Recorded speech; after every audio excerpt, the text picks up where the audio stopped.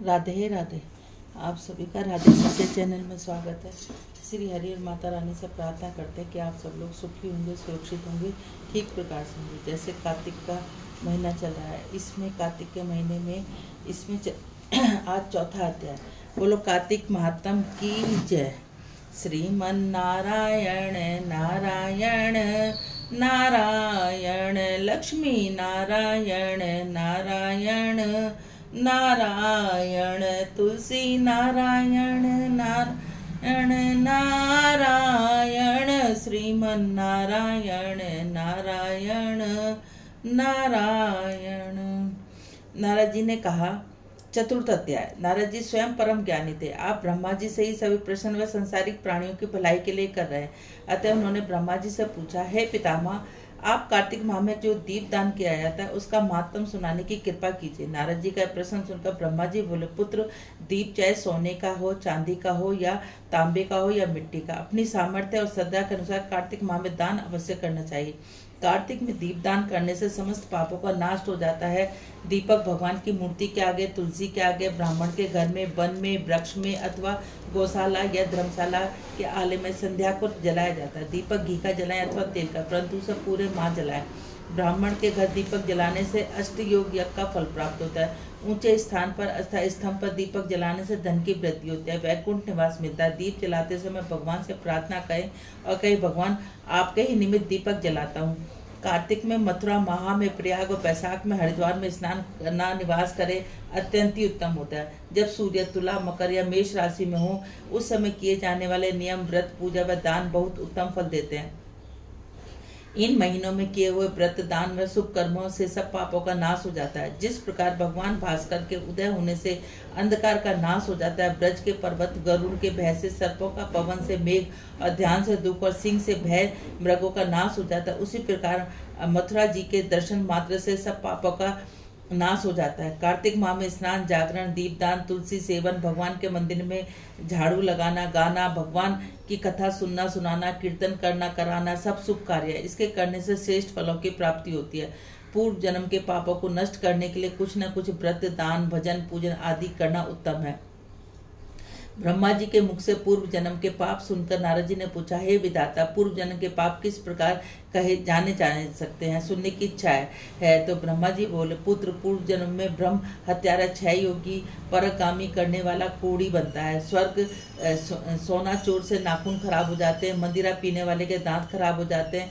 मनुष्य के पूर्व जन्म के पापों को पहचाना जाता है। इस प्रकार सभी पाप, दान, तस्य, व्रत के निवारण हो जाते हैं। ब्रह्मा जी ने आके कहा, अब हम तुम्हें कुछ व्रत आदि बतलाते। एक समय भोजन करने तथा 3 समय सायकाल और 3 समय प्रातःकाल भोजन करने से अति कुछ व्रत कहलाता है। सायकाल में 12 ग्रास और प्रातःकाल में 26 ग्रास और 24 ग्रास खाने से अति कुछ व्रत कहलाता है। 3 दिन खाएं और 3 दिन उपवास करें, यह अति कुछ व्रत होता है। सायकाल में 1 ग्रास, प्रातःकाल में 1 ग्राम, फिर 2 वगैरह मांगा हुआ 2 दिन तक उपवास करें तो यह अति कुछ व्रत कहलाता है। 21 दिन तक केवल दूध या पानी पीता रहे तो अति कुछ व्रत कहलाता है। 12 दिन उपवास करने वाला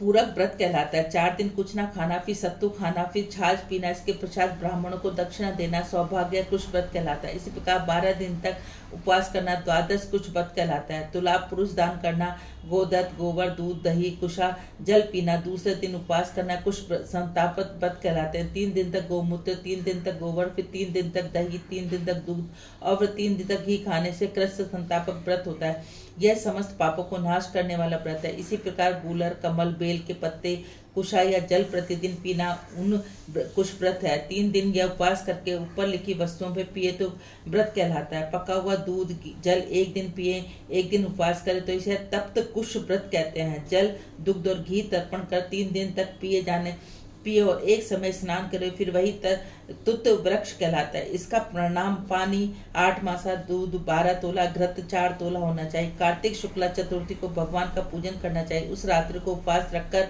कमर तक जल में खड़े होकर पवित्र जल भर जा करे तो जलकृत व्रत कहलाता है। जो इस व्रत को करता है वह वैकुंठ को प्राप्त होता है। वैकुंठ सुती सप्तमी को घी खाकर यदि एकादशी को उपवास पैतक कुश व्रत कहलाता है। यह पैतक कुश व्रत करने से भगवान श्री कृष्ण चंद्र का पूजन करे तो करने वाला तीनों लोकों में पवित्र होकर वैकुंठ को प्राप्त कर लेता है। कार्तिक शुद्धि छठ में 3 दिन उपवास करने से मच्छेंद्र कुछ व्रत हो जाता है और इसके करने से मनुष्य दुर्लभ वैकुंठ को वास करता है। 3 दिन अन्न भक्षण करने, 3 दिन उपवास करने पंचक व्रत कहलाता है। इसे वैशक कुश व्रत कहते हैं। यदि एकम को पंचमी तक दही खाए और फिर काशी द्वादशी को भगवान का पूजन करे तो उसे परम कुश व्रत कहते हैं। इसके करने से श्वेत द्वीप में निवास मिलता है।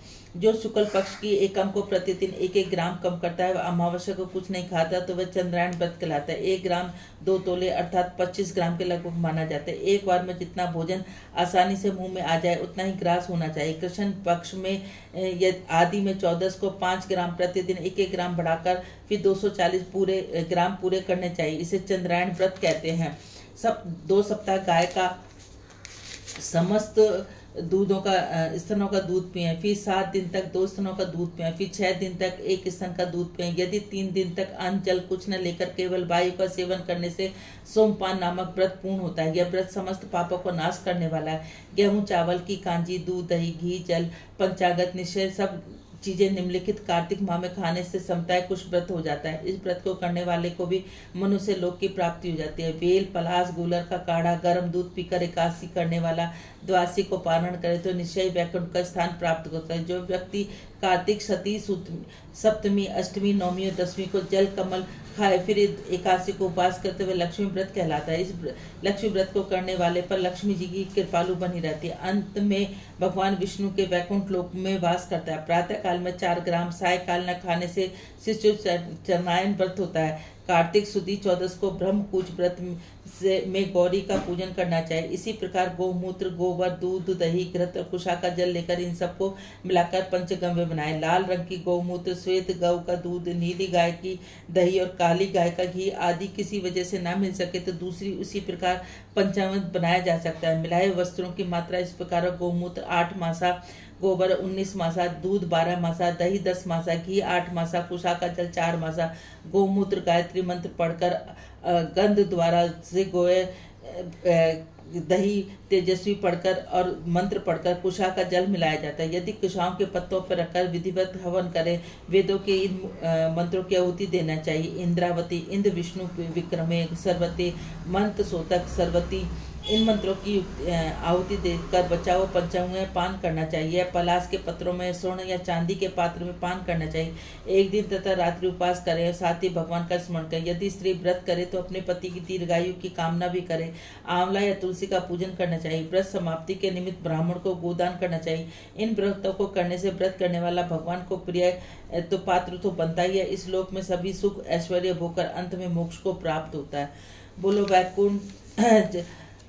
बोलो बैसाख मातम की जय। श्रीमन नारायण नारायण नारायण, लक्ष्मी नारायण नारायण नारायण, तुलसी नारायण नारायण नारायण, श्रीमन नारायण नारायण नारायण।